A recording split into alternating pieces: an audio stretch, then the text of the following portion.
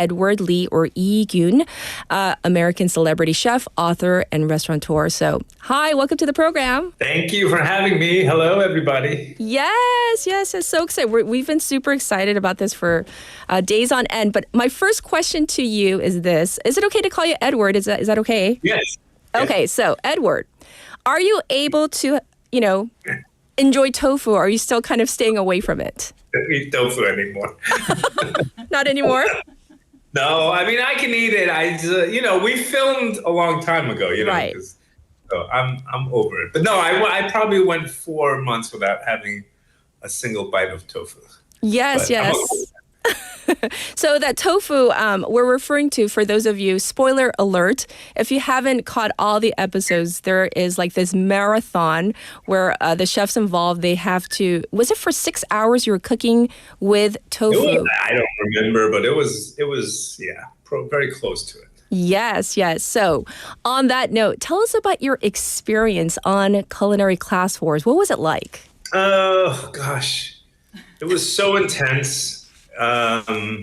It's because I was away from my home, being in, it's already kind of a little unnerving to be in another country. Right. So to be competing in another country, and, my family's back home in the US, and I don't have my friends around in my surroundings. So it was very intense. The production, the filming was everything was on a bigger scale, right? So Yes. like I've done all the chefs shows in America, but I've never done a show where there was 100 chefs. So just the scale, the number of cameras, the production crew, I mean, it was intense.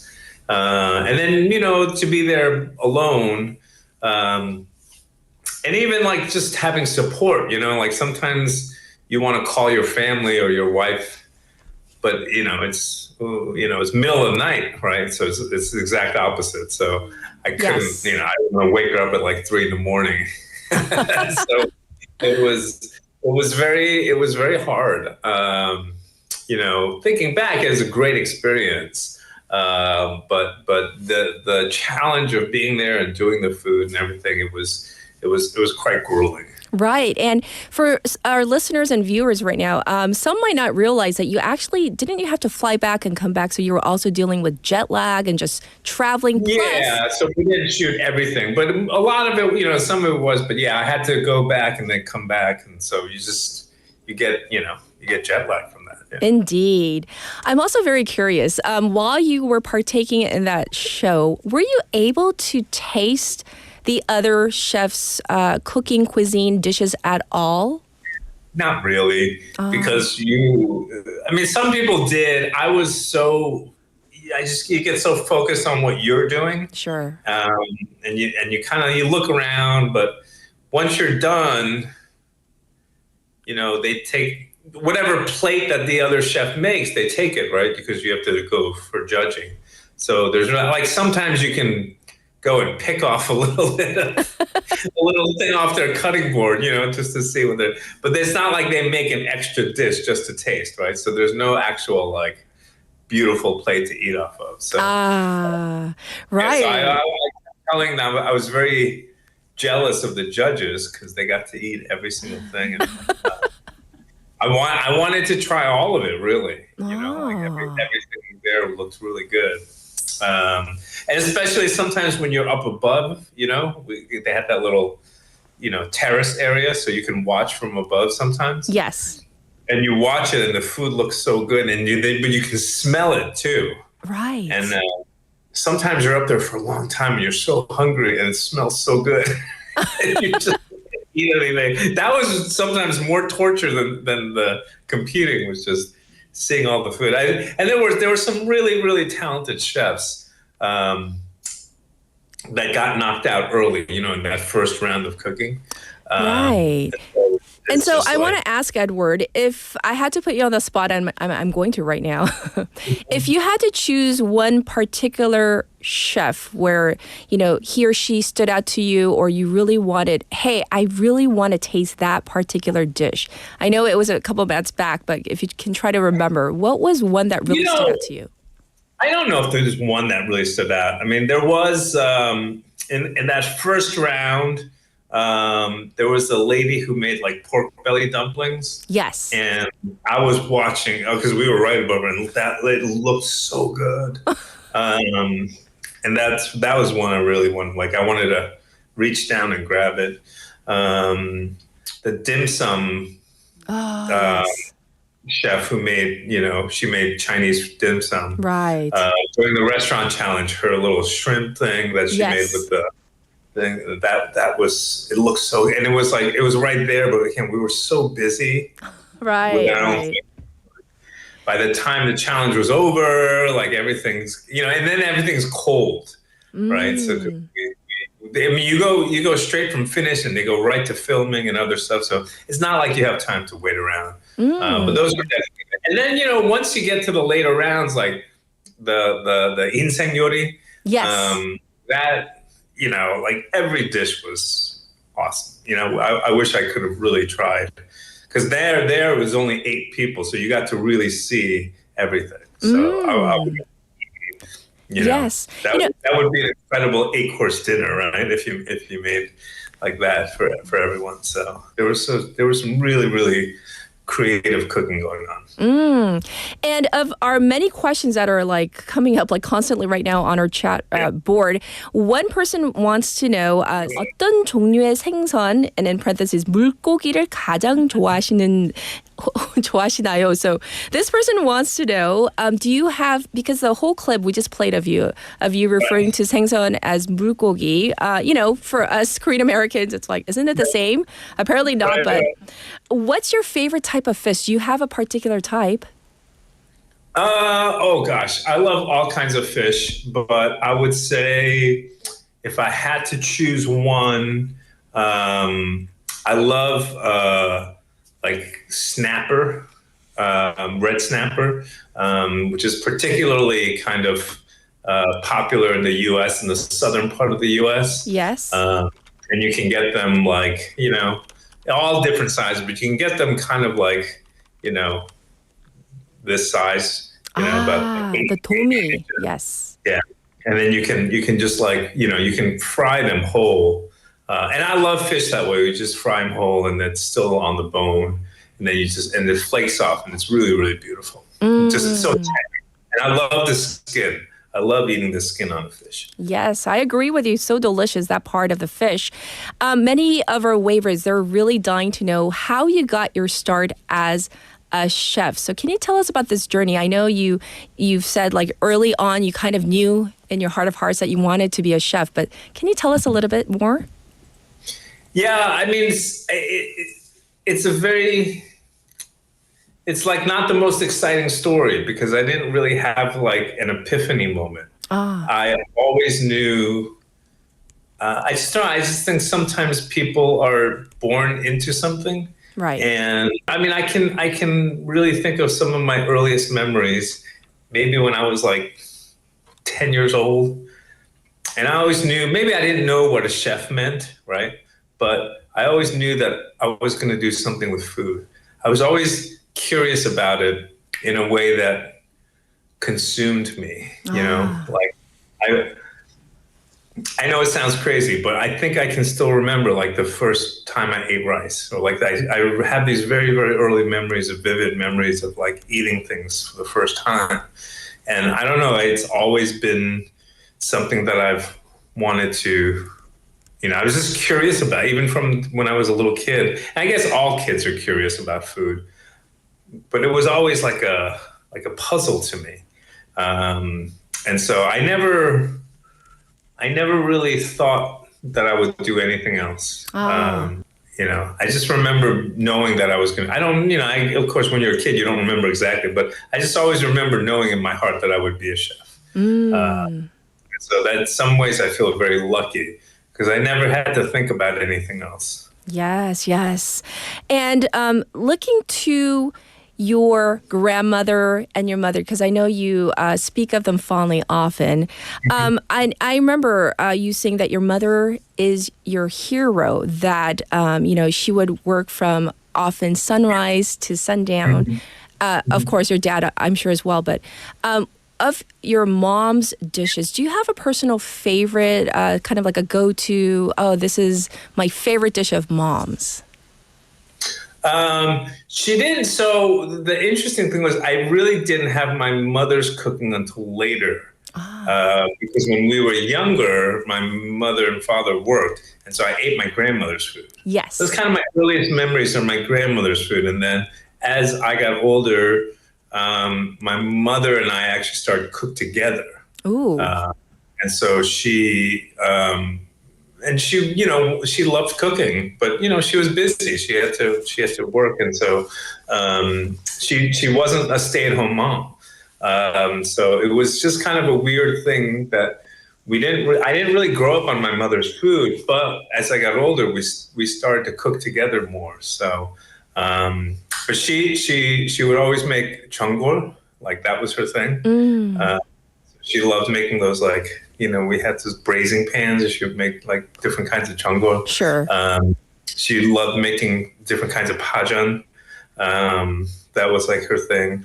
And so it's been interesting because I got to sort of have the experience of my grandmother's cooking and my mother's cooking, but not at the same time, like in different periods. Sure. So from grandma to later on your mother, and the fact that you can share those stories and are able to cook together is so amazing to hear about. And there was something in one of your books, Buttermilk Graffiti. I know I sent you a DM saying, "Hey, I finally got your book." It took a while for me to get it here in Korea. Sure. You mentioned something that I do want to ask you about, because you said in the book that you don't really like to use the word authentic when it comes to tying that in with food. So can you explain that? Because I know, when you go to restaurants or on cookbooks, there's always authentic this and authentic that. Yeah. And I think that's the whole point is nothing is authentic. When you say something is authentic, you're implying that this is the real thing, and that other version is fake. And to me, I don't know who gets to judge what is the real thing and what is the fake thing. And so I think a lot of times when we use the word authentic, it's kind of like it's like a sales pitch, like this is the authentic,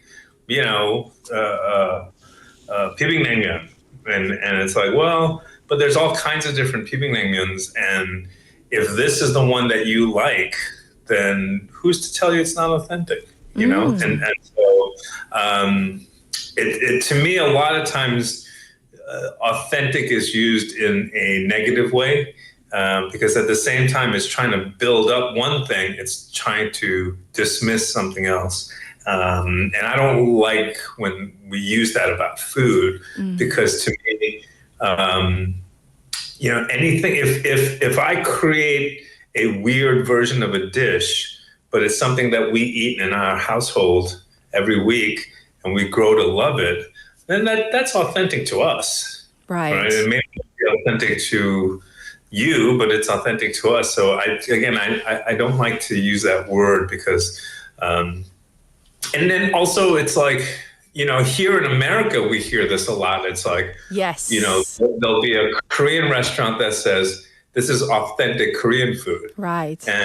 And I go, well, what does that mean? Authentic, because do you mean like Korean barbecue is authentic? Right. And but, beef wasn't originally in Korea. So are you saying that real Korean food is Korean barbecue? Because Korean barbecue is actually relatively new in the history of Korea. Korean barbecue is actually somewhat new.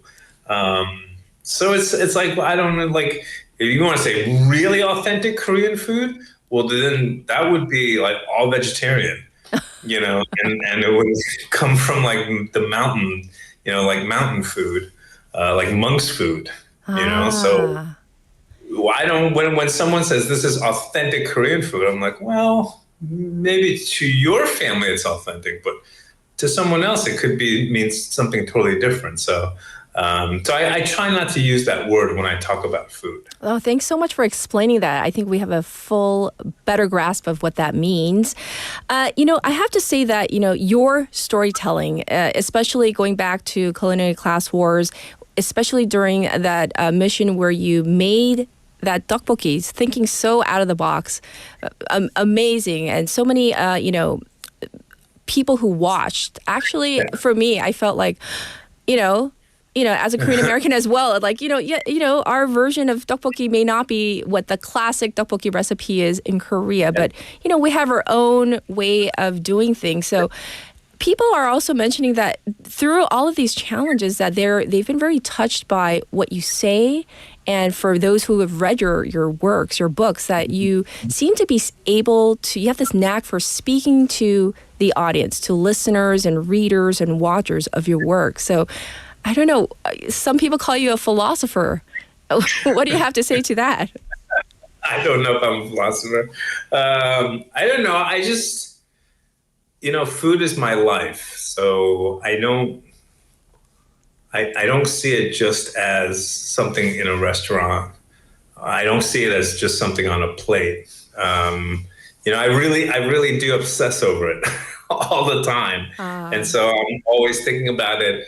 And to me, I think food is so powerful, and it can connect people, and it can create conversations, and it can bring people together. It's more than just, this tastes good. Like food really, I think, can start conversations. And listen, it's not gonna create world peace, but I think it's a very powerful thing when you can connect with another person through food. And I guess you see it because of the popularity of the show. And so whenever I think about food, it's not just, I'm always thinking on two levels. Yes. Yeah, it has to taste good, but I also want to connect emotionally too, because if you don't have that, then it's fine. It's like, well, listen, I can go get a hot dog and it tastes good, then that's great. But if I can create something that tastes good, but also can maybe touch you emotionally, yes, I think that's, to me as a chef, like that is the greatest gift of art that there is in this world. Like is to me, it's more. It is so much more beautiful than music or art, but I'm a chef, I'm an artist with things. Like, to me, that is my art. And there's no better expression of love than to give someone a dish that makes them feel alive. Yes. And, we feel your passion. We do. And, for those of us who have not been obviously able to taste your dishes, I do want to turn that passion and talk about this nonprofit restaurant called SHIA, and also about the Lee Initiative, because reading about it, I feel like it's so amazing, but I want more people to know about both of these ventures. Thank you. So I guess the Lee Initiative is something that I started 8 years ago. Right. And it's basically a nonprofit. And we really started, in the beginning, we started it with my partner, who's a woman, and we both wanted to see more women in the restaurant business in America. So we created a mentorship program to help young women grow and just, become more empowered and do things. And it's been a great program. We've been doing it for 8 years. And then during COVID, obviously it was huge. Everyone shut down. So we started becoming a relief kitchen.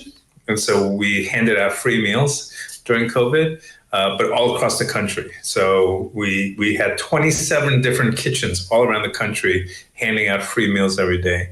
And we did over, I think, 2.5 million meals, in about a year and a half.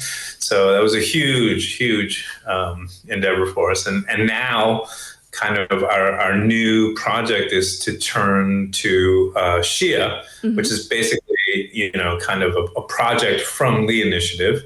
And it's going to be a Korean restaurant in Washington, D.C. But part of the mission is also to figure out how we can create solutions for restaurants to be more sustainable. So like this year, we're going to go zero plastic and zero gas, so all clean energy.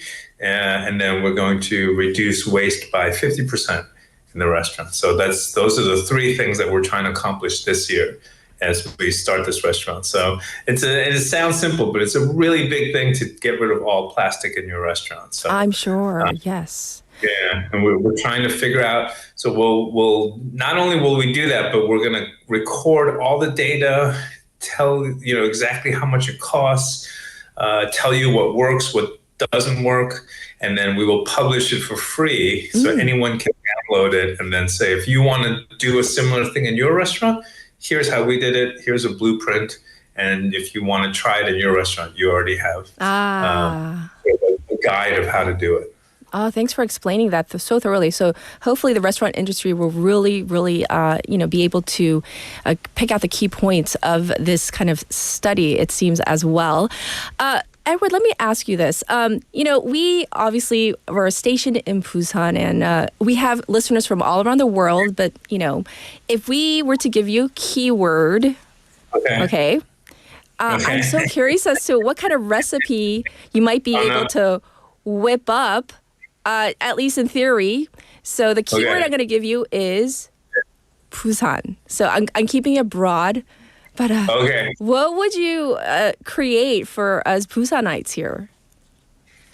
So there's two things. Okay. So I don't think this dish is from Busan. Uh-huh. But when I went to Busan about 12 years ago. Okay. And I had aguchim for the first time. Aguchim, yes. Really spicy stew.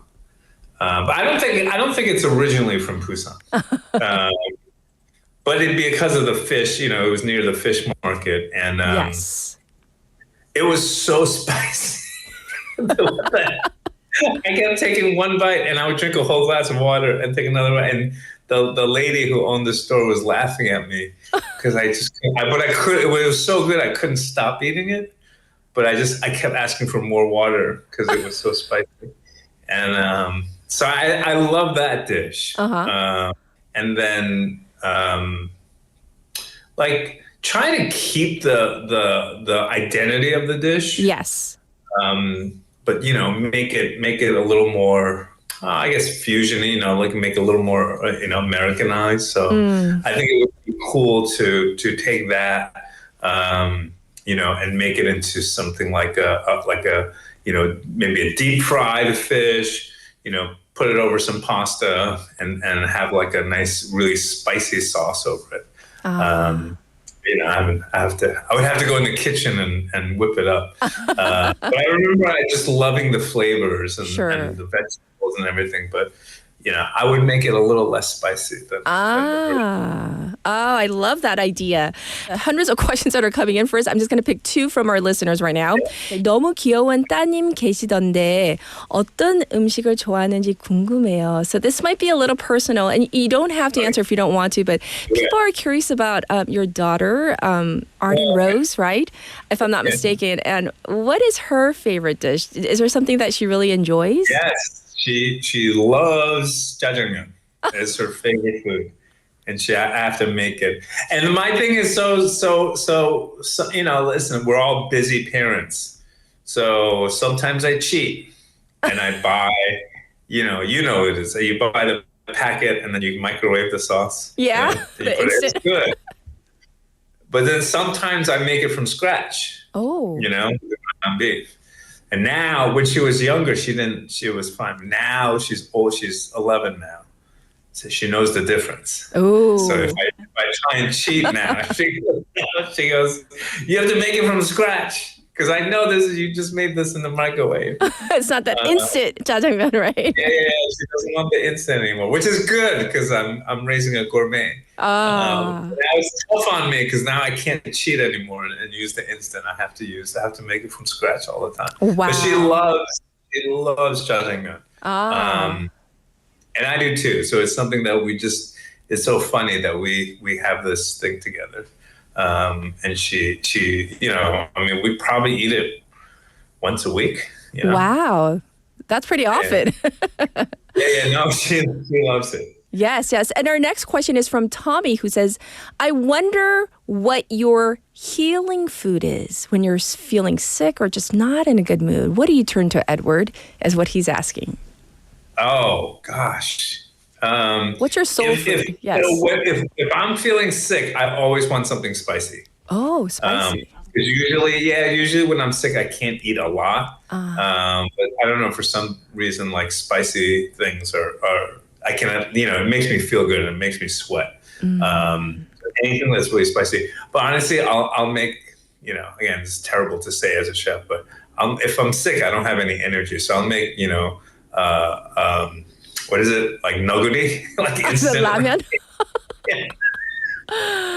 But then I put my own stuff in, so I use that. But then I put my own, like I add extra gochujang, and I'll add egg, and I'll put my own vegetables in there. And then I like to add a little vinegar to it too. Vinegar, yes. Yeah, I like to make it just a little bit more vinegar in there, and then I put a lot of sesame seeds. Sesame seeds. Oh, interesting. Yeah, like a lot. Like it's just covering the whole thing, and then I eat that. That's my if I'm not feeling good. Yes.